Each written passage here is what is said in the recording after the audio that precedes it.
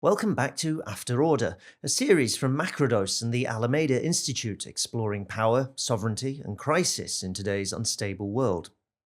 In this week's show, I'm joined by Varsha Gandikota-Nellutla, political strategist, activist, co-general coordinator of the Progressive International and executive secretary of the Hague Group, a coalition of global South nations launched in 2025 to hold Israel accountable for its crimes in Palestine.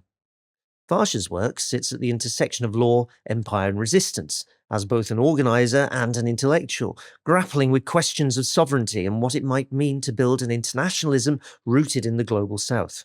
From Honduras, where a US corporation is suing the state for billions in a secret tribunal, to Ecuador, where an authoritarian regime with the direct assistance of the US is crushing democracy in the name of the war on drugs, to the bombs falling on Gaza, where international law appears to be both invoked and ignored in real time. It's clear we are living through a rupture in the global order. But Varsha argues that order, the so-called rules-based international system governed by the multilateral institutions, was always and fundamentally a veneer for the systems of coercion, extraction, and exploitation that uphold global capitalism. In the context of war in Iran, it's a particularly prescient argument. The veil has lifted. We are seeing the return of hard power across the world and an open defiance of international institutions from Cuba to Palestine. But we're also seeing something else. A wave of solidarity with the victims of colonial oppression and new forms of coordination among states seeking to resist through the cracks of disorder. So the question at the heart of today's conversation is this. As the old fiction of order breaks down, what comes next? And what would it mean to build a different kind of sovereignty and a different kind of internationalism in a world after order? Varsha Gandikota-Nellutla, welcome to After Order. Thank you for having me, James. Start with the first question, probably the obvious place to start, which is the US-Israel war in Iran, which, aside from its sort of profound consequences in the Gulf, across the Middle East itself, for the wider world economy, there's also this deep shock that it seems to have caused to the idea of international law or even international legitimacy. There's just total contempt for both Israel and the US are displaying at this point in time. You write in your essay for Alameda and for After Order, you say that the collapse of empire's legal fiction makes it more vulnerable or more dangerous. I'm wondering if you can sort of spell out what you mean by that in saying that first, that there was a legal fiction, and second, where its collapse leaves us. Yeah, the absence of this legal fiction, I think, is very clear in the US-Israeli attack on Iran, as we've seen, starting from the bare minimum, which is, if you remember the war in Iraq, at least the United States government spent about 5-6 months trying to manufacture the lie of weapons of mass destruction before there was even a single boot on the ground. And this time, none of that, right? It's just very clear, these are our enemy, no explanation, we're just going to go and destroy the entire population through collective punishment. But I actually wanted to start somewhere else, which is, I think, a general understanding for most people when you look at violence against oppressed people of the world, formerly colonized people of the world, countries of the global south. The idea is, however bad things are, surely they're not as bad as eras of colonialism past, right? That some things changed, and in the new post-colonial order, we have a semblance of international law and we have a semblance of rules-based international order. I had the experience this month of receiving a notice of withdrawal from the Honduran embassy while I was in The Hague, from the Hague Group, which is a coalition of countries defending international law. Honduras was a founding member, and after a change in government, they've now decided we're going to withdraw. We no longer need to hold Israel accountable for its violations, and in fact, think that we should not stand alongside these other countries. But what happened in Honduras now, in this current moment, is not at all different from what happened in history. We all know of the story of Jacobo Arbenz of Guatemala, and I think it's quite important to look at what happened in that point in time.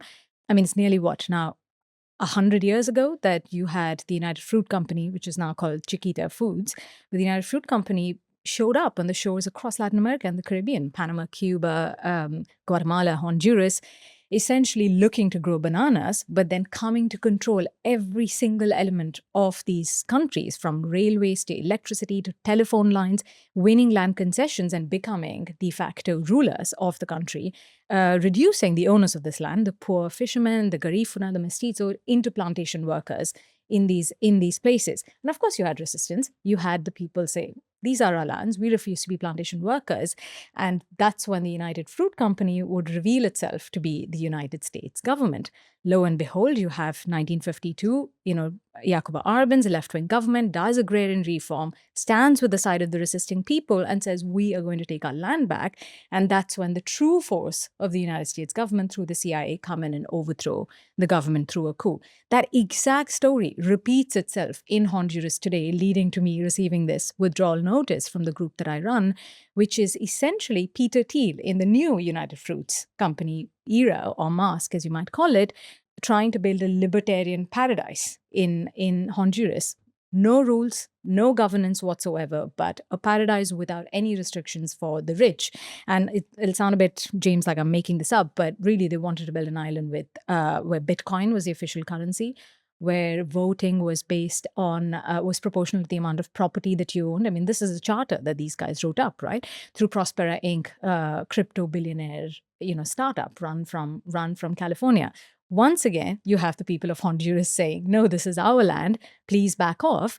But it's enforced through law, again, with a United States military coup that overthrows Mel Zelaya. And the next government that comes in creates a special economic zone that gives these guys complete free abandon to do whatever they want. Once again, you have the people resisting and saying, we're going to get rid of this, and this time we're going to do it electorally. So here comes a new socialist president, just like Arbenz, now, Xiomara Castro, who through the full, by the way, a complete unanimous vote in the parliament overthrows the special economic zones. The punishment is, unlike a coup then, is now through Washington's secret tribunal, through investor-state dispute settlement clauses that exist in, bilateral investment treaties that all developing countries have, suing the government for $10.2 billion, which, by the way, I mean, if you know anything about Honduras, is nearly 2/3 of its GDP, almost all of its annual national budget. So, of course, Honduras can't do this, cannot compete with a secret Washington tribunal, says, I'm going to exit this treaty. Once it decides to exit this treaty, then again you go back to the same old real brute force logic under Donald Trump, where he says, we don't want this president anymore. I'm going to openly endorse, illegally, brazenly, another candidate, holding the elections hostage for 2 months. And now that other candidate has won, Tito Asfura, who is Trump's favored presidential candidate for this, who's brought back the investor-state dispute settlement, withdrawn from the Hague Group. I mean, I've given you this long-winded story to really say what's really changed. I think it's important to acknowledge the fact that the horrors of colonialism and the violence of colonialism has existed through these now new instruments of ISDS clauses and bilateral investment treaties, of Washington secret tribunals, and through electoral observer missions led from the United States that are used precisely to plant their candidates into power. And I think that's even more dangerous than before, because that's the disguise, that's the fiction that we're talking about. I mean, picking up on that, or part of that, is this point about the economic vulnerabilities of the system and the economic relationships that you talk about there, exploitative as they so very often are. We've seen some of these vulnerabilities just in the last, it's now 4 weeks, with the response of Iran to the attack by the US and Israel, including particularly closing the Straits of Hormuz and using that as a critical point of leverage against the rest of the entire world, but primarily against the US and Israel as a way of sort of forcing its position of relative weakness militarily into something that looks far more sort of impregnable in practice to the attack that is being mounted there. So I suppose the question is, what would countries, perhaps particularly in the global south, need to think about in terms of what are their strategic priorities? What are their points of potential leverage in a world where this rules-based order, so-called, is collapsing about our ears? I'd say the strategic priorities are twofold. One, for the countries of the global south to decouple from the West, primarily to decouple from the United States, and to unite with the countries of the global south. So diversification on the one hand, and collective action on the other, with those that share their priorities to break this kind of system of, subordination or dependency logic that they're stuck in. James, you've done multiple conversations with political economists who would have, laid out this, the way in which the dependency logic keeps developing countries in a subordinate position through the IMF, through World Bank, through austerity measures. But I wanted to talk about, what particular instance that really shook me, which is I spent about 2.5 years working on COVID-19 vaccines. Just not a political issue, you might think. And really, this was a moment where supposedly the entire world was united against the virus, right? We were all suddenly on the same side of this war against the pandemic. But 6, 7, 9, 12 months into the discovery of COVID-19 vaccines, you saw twice, thrice, 3 times the amount of doses that each citizen would need being hoarded in countries of the North, in the West, and 50 to 60% of population in more across the developing world still not having access to even a single dose of the vaccine. Why did we have that? Did countries of the global South not try to produce their own? Did we not have factories? We absolutely did. We know that we had up to 150 factories that were sitting idle across Asia and Africa that could have produced the Moderna vaccine. They weren't allowed to because the patents were kept secret.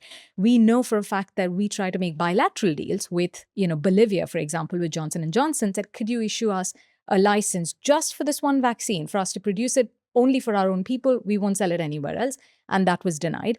We tried to go to the World Trade Organization, led by South Africa and India at the time, and then supported by 122, I think, and eventually became much larger countries for a temporary patent waiver. Again, not really even shaking the system. These aren't radical moves, right? Not shaking the private system, just saying temporarily for a few months, could all of us produce vaccines for our own people? Again, not disturbing the market share, not becoming a competitor, but purely to produce vaccines. And this was opposed by every single European government and the United States government. And this is not accidental. If you look at who the European Commission met in the first few months of the pandemic, for the first year, I think they had it's reported as something akin to 123 meetings with pharma executives and not a single meeting with anybody else. MSF, Doctors Without Borders, was denied a meeting for 8.5 months, even as they met pharma executives across the world. I'm mentioning this to say we were blockaded at every level and the power handed off to Bill Gates, essentially, and being told everything must be routed through COVAX, a completely private body run by a private billionaire into whose hands, the lives of 4.5 billion people were placed and who received expired doses. The UK sent expired doses to Africa, to Uganda. We know that AstraZeneca, which was produced with public money and in fact wanted to make it a public good, Bill Gates convinced the Oxford scientists who produced it to keep it private instead of public, and then sold it akin to $6 a dose to Uganda as opposed to $2 in the United Kingdom. I mean, it's just incredible, right? This should have been a scandal of such huge proportions that you have an unaccountable private body that is given control in the middle of a humanitarian catastrophe that then lies to the public but goes completely scot-free.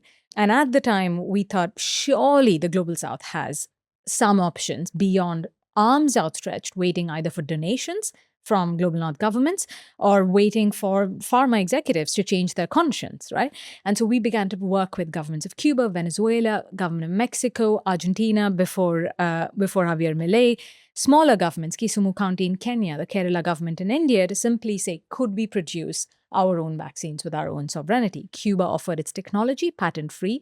Countries like Mexico and Argentina offered their production facilities, and countries like Bolivia said, we don't have either, but we'll put money for this health internationalism bloc. And that's exactly what I'm talking about. That kind of collective action experiments that can finally begin to kind of break this, the paralysis of, the so-called rules-based order that crushes us. I mean, picking up on that, one of the countries you mentioned, Cuba, which is currently subjected to a blockade launched by the US for oil products going into the island, condemned by UN experts as an unparalleled act of economic coercion, causing real and genuine hardship across the island there.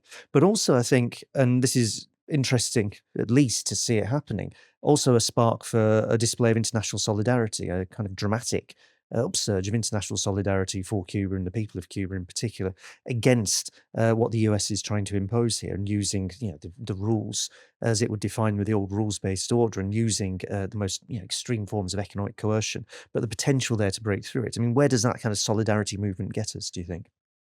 Cuba's it's a tragedy. I think it's isolated like never before by every single government and state in the region and across the world. It's only the people that have answered their historic call and their historic responsibility. My team is just returning along with 600 other comrades from 33 countries around the world on the Nuestra America convoy to Cuba. That saw tremendous amounts of solidarity. Ordinary people. We've had a woman just writing to us saying, my husband and I are packing 5 suitcases full of medicines, jumping onto a boat, and we're going to Cuba. We've had doctors showing up from Italy in a flight full of 100 of them with medical supplies. We've had retirees from the United States who, by the way, are now being detained at the Miami airport on their way back by Homeland Security simply for their act of solidarity. But the Cuba blockade, really, to understand it in today's context, you have to look back and see what are the instruments that have been used against it. And truly, I think the scope of it is staggering and unprecedented and unparalleled anywhere in the world. Usually, when people talk about the US embargo against Cuba, the first level at which everyone understands it is the obvious one, right? US Americans can't buy Cuban cigars. Yeah. Cubans can't buy American cars. Sure. But the second level of it is that what you asked earlier about the idea of the entire system working through the US dollar, through the SWIFT transaction system, which means nobody touches Cuba. So even if there is a European bank that has nothing to do with the United States that gives a loan to Cubans, they're immediately sued in US courts. In fact, BNP Paribas had to pay a $9 million fine for one single transaction. I had the experience of being in the United States and having a cocktail with my friend at a university bar, talking about Cuba, and they paid me back $5 for, again, the beer that I bought them, saying it was so fun to chat about Cuba on Venmo or US payment platform. And instantly that transaction was blocked for the word Cuba. And I was sent a list of 15 questions. This is not even under Trump, by the way. This is before, and I think the Obama years.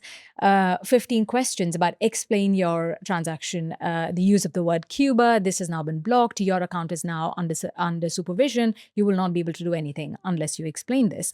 It's completely incredible. So the overcompliance is technically not part of the legal architecture. And this is what the United States will tell you every time you ask them. They'll say, this is about, we've decided we don't want to be friends with Cuba. We're not doing anything else. But when the United States decides it does not want to be friends with a country, the entire world then isolates it as if it's a viral contagion. But on top of that, think about the other excuse that they use, which is exactly what they're using now, that in fact, humanitarian aid, healthcare, food are exemptions under US sanctions, that of course you can buy whatever you want with this.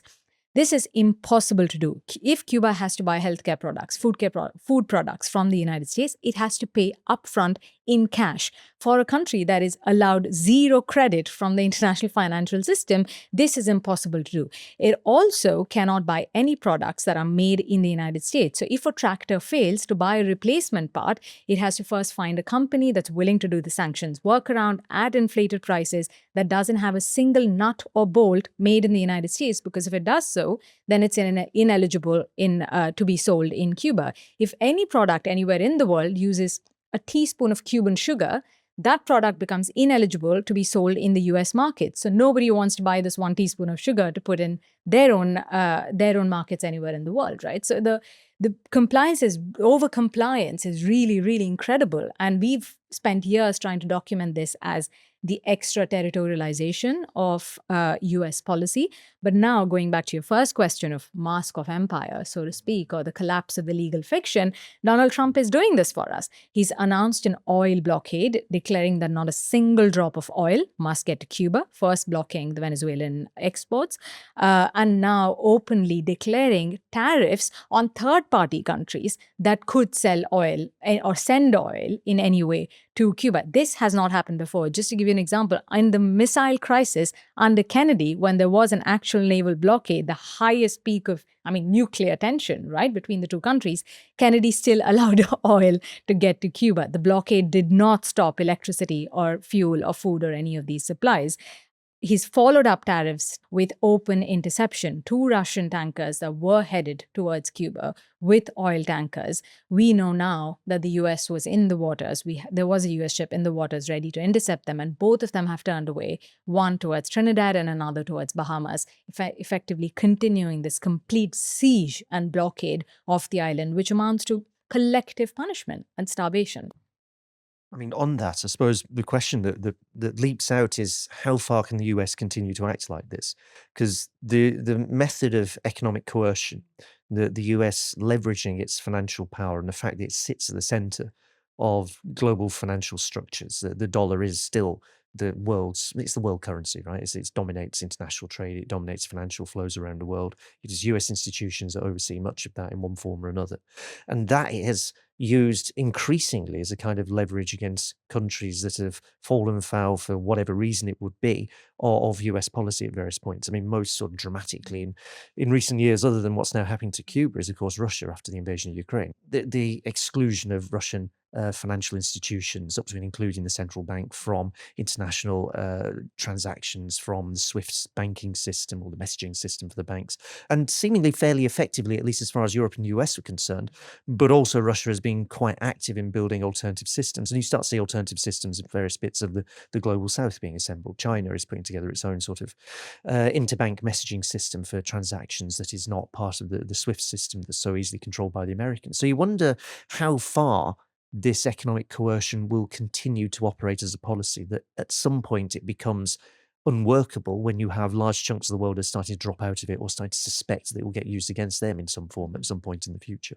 I think we're certainly seeing the beginning of that. I'm cautiously optimistic, but I do think it's extremely significant what we're seeing in the Strait of Hormuz right now with Iran, and the offer that they've made that they will give safe passage to any country that buys oil, not in the US dollar, but in the Chinese yuan or the renminbi, is incredible. Right? This is precisely the decoupling and the diversification that we've been talking about, that multiple countries in the global south have been trying to do. Set up currency swap lines, again, Cuba with India, Cuba with China, precisely to circumvent the US dollar, which have all received all forms of attack.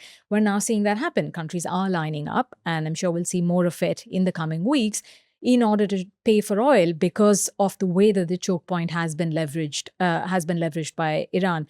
The other thing that is relevant is a kind of more almost a psychological analysis of the situation, right? The US has been able to maintain its control, I think, of course, through economic coercion, but there was always a carrot along with a stick.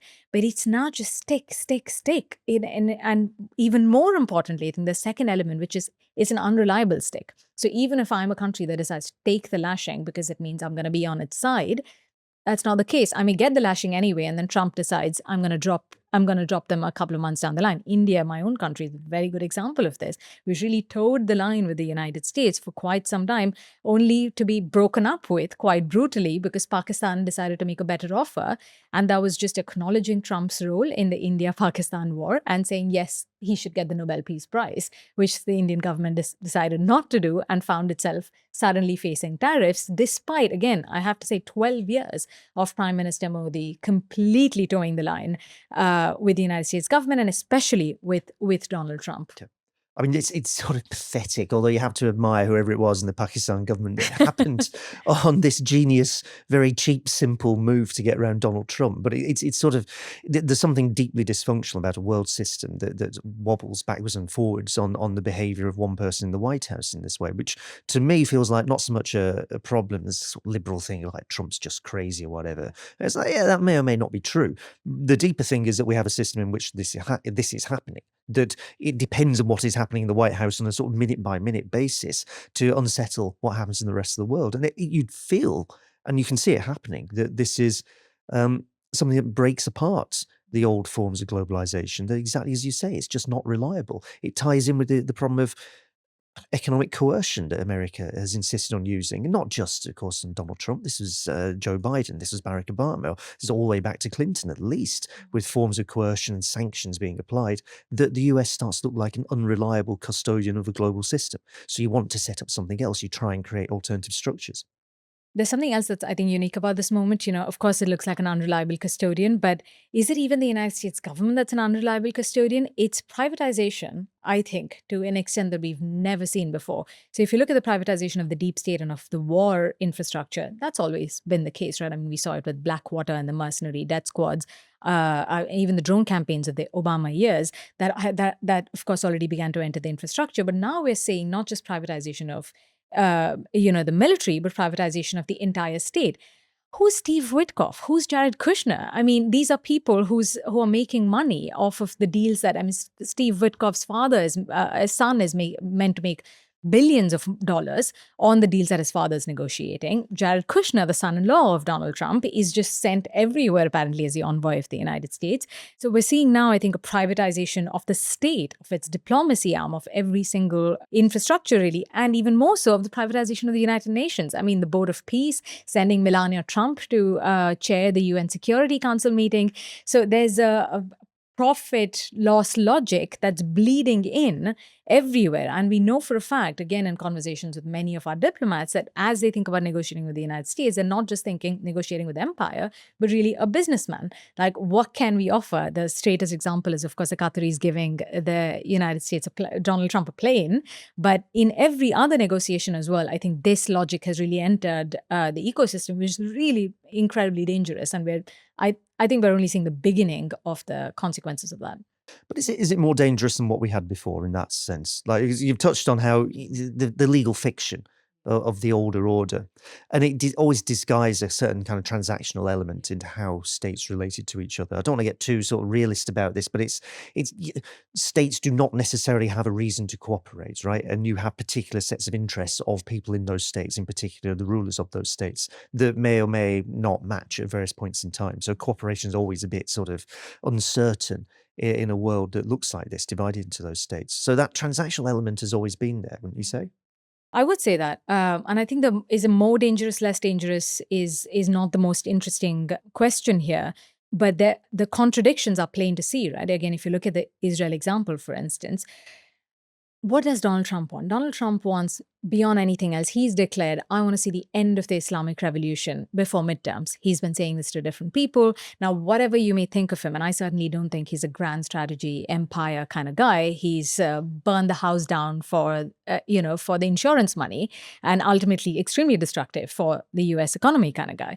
But he wants resolution of some kind and to be able to claim victory, which is directly at odds with what his closest friend, or the United States' closest friend, Benjamin Netanyahu, wants, which is not a resolution in any form, but a constant destabilization in the region in order to, in the very, very long term, achieve greater Israel and achieve Israeli dominance. So we're beginning to see those contradictions come into play, and I think that's quite interesting to watch.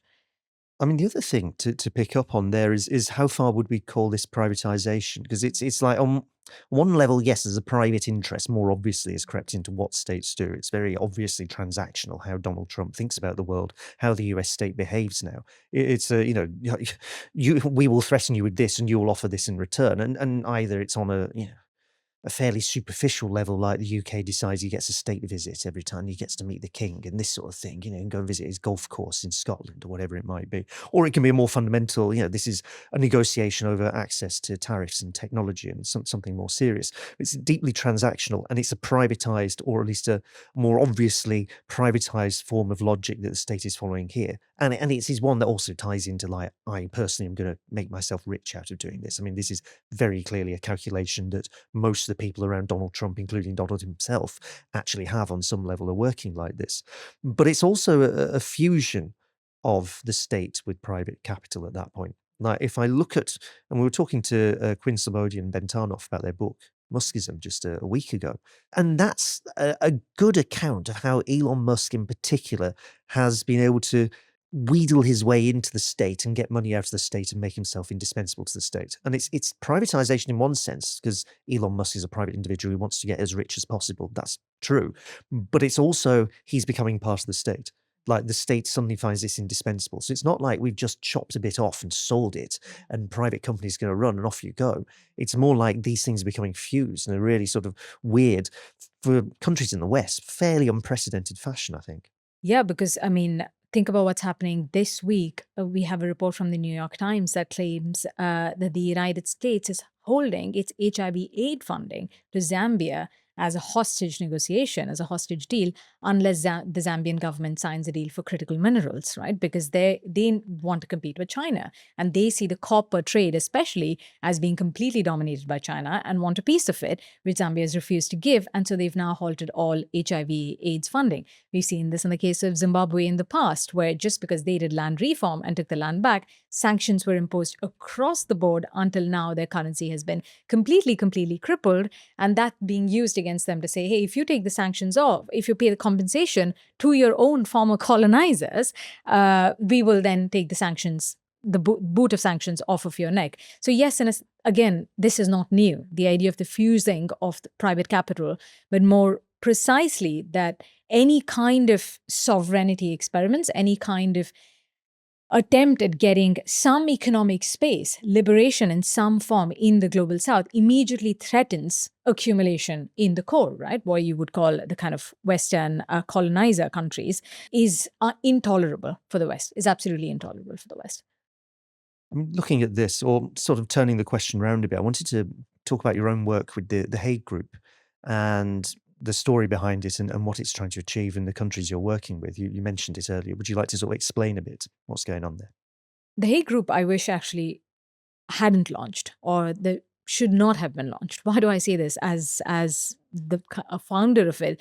Is because our existing legal institutions should have sufficed. I mean, nearly a year and a half into the genocide, which is January 2025, at the point at which we launched, the United Nations had already spoken about the travesty that we were seeing in Gaza. The International Court of Justice had already announced that the genocide was possible. The International Criminal Court had issued arrest warrants for Benjamin Netanyahu and Yoav Gallant, and nothing. We saw no government and no state act in response to stop the genocide. It's in that moment of utter travesty that 8 nations from across the global south, South Africa, Colombia, Namibia, Senegal, Malaysia, Honduras, Cuba, Colombia, and Bolivia come together to say, we will enforce our international law obligations. And actually what they say is not radical at all. They say something very simple. We'll uphold our obligations under ICC. Should any of these war criminals come to set foot on our soil, we will arrest them.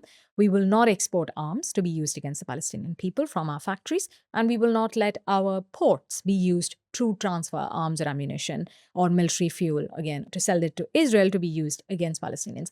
Not radical, not novel, but I think the message at the core of it is quite powerful, which is to say we will not allow our land and our labor to be used to violate international law and murder Palestinians in this genocide.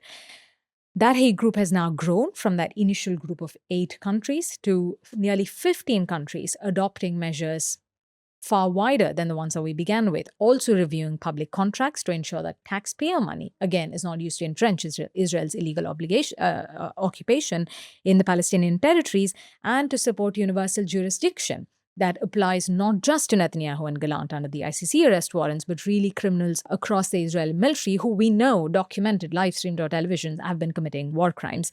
As of last month, we had 40 states meet on the question of accountability, the largest European delegation, asking something very simple. Can we ensure that we hold criminals accountable on our own land, in our own jurisdictions, even as we know that the United Nations Security Council or the General Assembly are being held hostage by a few powerful countries at our own ports of entry? We shall demand that Israeli travelers disclose their ID of service, so we do not allow war criminals, for example, to enter our country or hold them accountable in each of our own courts. So we see the coalition expanding, but at the core of it, I would maintain it's really still not novel, because we are following international law, looking at our obligations under the ICJ and asking within our own national jurisdictions, how can we start enforcing it?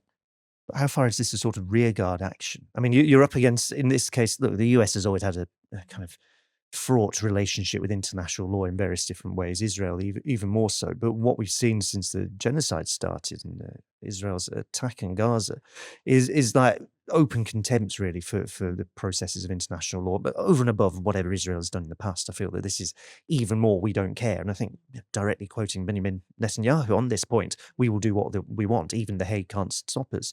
You're in The Hague for the ICJ judgment, or at least the finding that there was a plausible case for genocide, that Israel was committing genocide against Palestine. But the response of the US was to say, okay, we'll defund the agencies that brought this case, and we'll look at ways to put legal sanctions on South Africa. On one level, it's good to see that form of solidarity that the Hague Group brings together and starts to enact. But on the other hand, this is quite a desperate sort of circumstances where international law itself is being treated with such contempt. Absolutely. Again, I don't want to sound like international law was once a beautiful thing and it's only in this moment that it's being destroyed. The ICC, famously, in internal circles, used to be called the black man's court because it was only the leaders from, again, the black part of the world they used to be held to account. And we saw what happened when the first time we've tried to hold Netanyahu to account, and it's been entirely sanctioned. And in fact, they're cannibalizing their own officials and their own institutions. European governments have not stood up. Their own judges are on the panel of the ICC judges right now, who cannot access their bank accounts, who cannot pay school fees for their own children in the Netherlands. And the European Council and the European Commission, despite having clauses that would allow them to break through these sanctions, have not passed it. They'd rather be, again, as we've seen on multiple other fronts, vassals to the United States on this question rather than defend international law.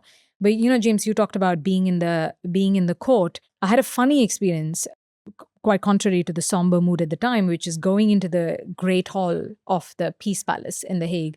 It's not great at all. It's actually quite tiny. But if you look around, you have these beautiful stained glass panels all around, which was supposed to be this, donation from Andrew Carnegie, the philanthropist, but really, again, some of them made money off of the slave trade in the United States, were given it as a $1.5 million donation, right? And it depicted the mission of the court, which was about the evolution of the peace ideal, or more specifically, the spreading of the, I think it's the legal conscience of the civilized world to the rest of the planet that up until that point, again, for them, is stuck in primitivity.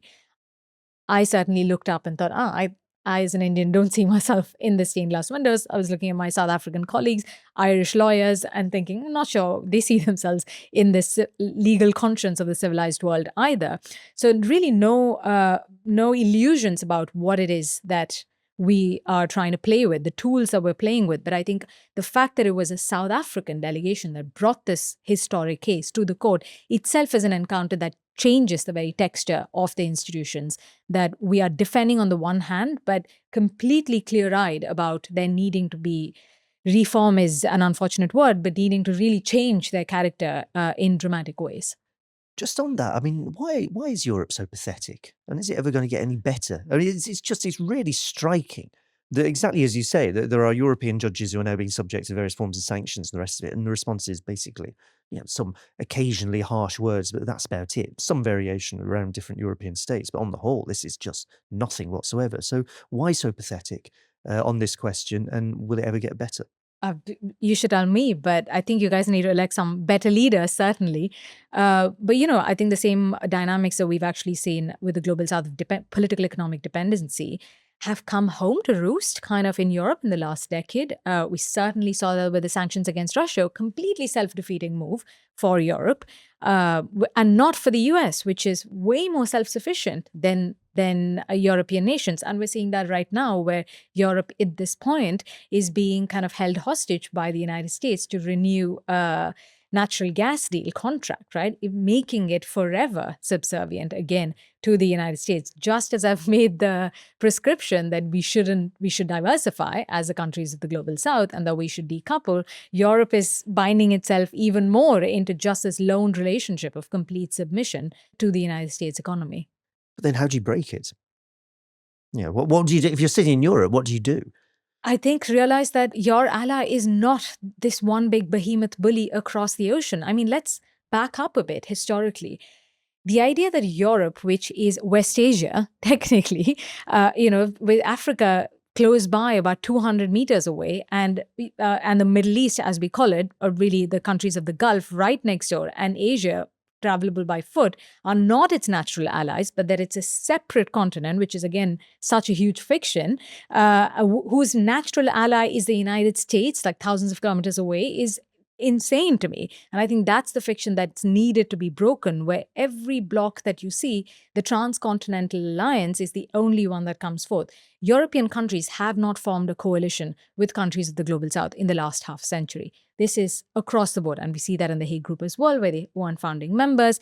Of course, they're willing to engage, but you haven't seen them work in tandem with countries of the Global South. And that's really, the only thing that Europe can do right now if it doesn't want to find itself completely defanged without any tools left at its disposal.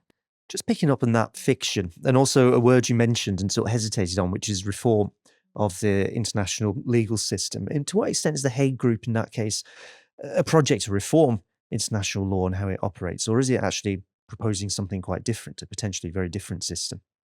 I think the project of the Hague Group is really to bring back a spirit of what we might call the Bandung spirit. Bandung, which was the historic conference of the oppressed peoples of the world, really, of Africa and Asia, that met in Indonesia to ask how could we collectively work together to achieve liberation, to essentially achieve sovereignty in some space to act. I think I'm sure if I were to look back at the Hague Group 5 years down the line, a decade down the line, I think bringing back that spirit of the new international economic order, of the non-aligned movement, where really you had the third world saying, we will not take our diktats from Europe, we will not take our diktats from, again, in this case, the rules-based international order, which is proven to be so hypocritical, but we will bring a different kind of fiery, defiant conscience into our legal institutions, is what the Hague Group brings. So I wouldn't say that the Hague Group is an extension of trying to defend that legal conscience of the civilized world, of the stained glass windows that we talked about in the ICJ,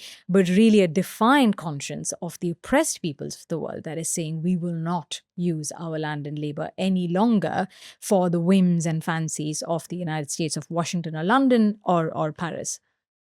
So it's something that we've picked up on in Macrodose in the last few years. And I think it's getting more attention, broadly speaking, is the way in which that climate change alters the options that you have for agency, for the way that states act, for the way that people act. That because there are more extreme weather events around the world, because human society is increasingly disrupted by the impacts of climate change, whether it's floods or forest fires or droughts or whatever it might be, that the world being reshaped around us is also shifting the options that people have to act. So the example that leaps out, I suppose, wasn't really the intention, but the Houthi blockade of the Red Sea was made more powerful in its impact on world trade and the prices of goods that we see in the shops, because at the same time the Panama Canal was in the middle of a drought, which meant it couldn't be used to full capacity.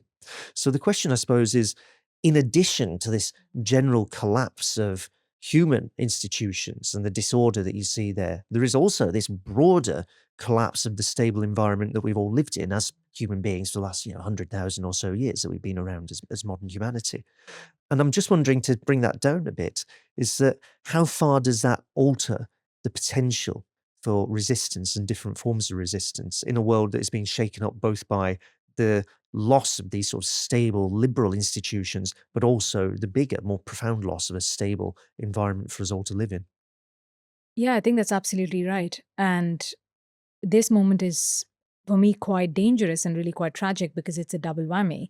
If you look at the US-Israeli reckless war on Iran and what it's done to the environment right now, we see reports about something close to 5 million tons of carbon already having been emitted into the environment in just the first 12 days of this war. And the fact that what you essentially have is the US bombing Iran while it's at the negotiating table, having made unprecedented concessions, right? Promising to degrade its nuclear stockpile, conditions it had never accepted before, essentially means that you have two nuclear states bombing a non-nuclear state, which is asking itself the question, yeah, okay, I guess the only security deterrent then is having a nuke, right? And if I'm a middle power watching the situation, I'm asking myself the exact same question. So it's a more paradigmatic shift towards a security state logic that has infected all conversations. And this is across the South and the North and across the political spectrum. We saw President Lula talk about, upping defense budget for Brazil, which has had historically very low defense spending.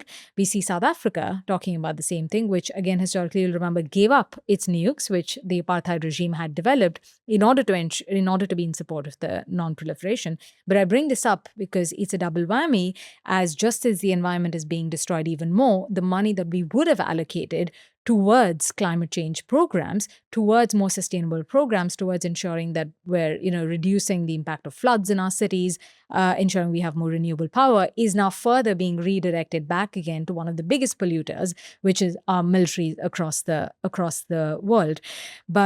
And in the immediate impact of the closure of the Strait of Hormuz, we also saw in my part of the world, in Asia, which is completely dependent on natural gas and fossil fuels, where there's very, very low levels of renewable energy, already within 3 days, we shifted to a shorter working week from Vietnam to Bangladesh to Sri Lanka to India.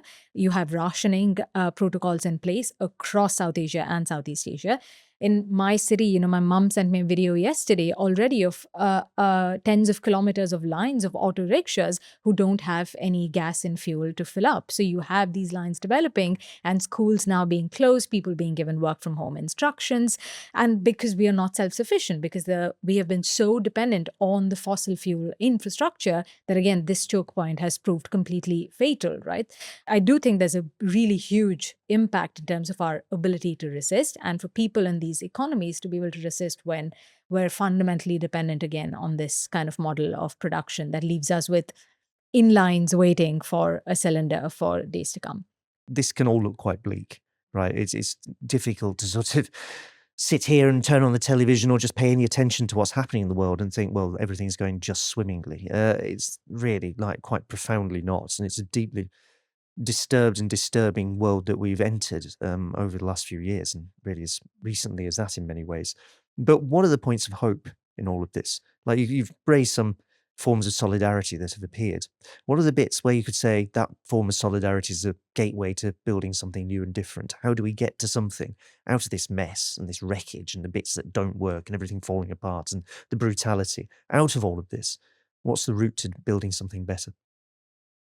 Yeah, I think I am quite disturbed by one broader shift that infects all of us, and this is both the global north and the south, which is, I think, shifting to a security state logic, where we've talked a lot about sovereignty in today's episode, but I think what we're seeing is economic sovereignty doesn't mean all that much, no matter what you do, if you don't have a big army, if you don't have a nuke, essentially, right? And I think that logic's really infecting our own projects. We're seeing this in Brazil, for example. President Lula is now talking about upping defense. The leader who historically was always about schools and healthcare and social policy is now saying, let's have a defense pact with South Africa.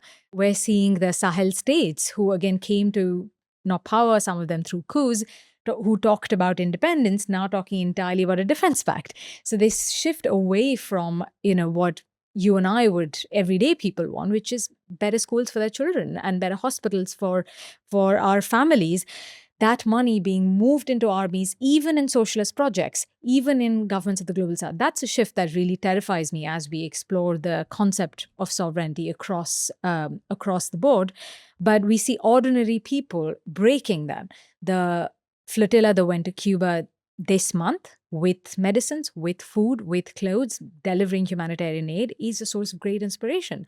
The trade unionists that have blocked ports saying we will not use our labor to transport arms, and the dock workers that have gone on strike from Kerala to Greece to, in fact, the United Kingdom are, I think, showing us what material solidarity looks like.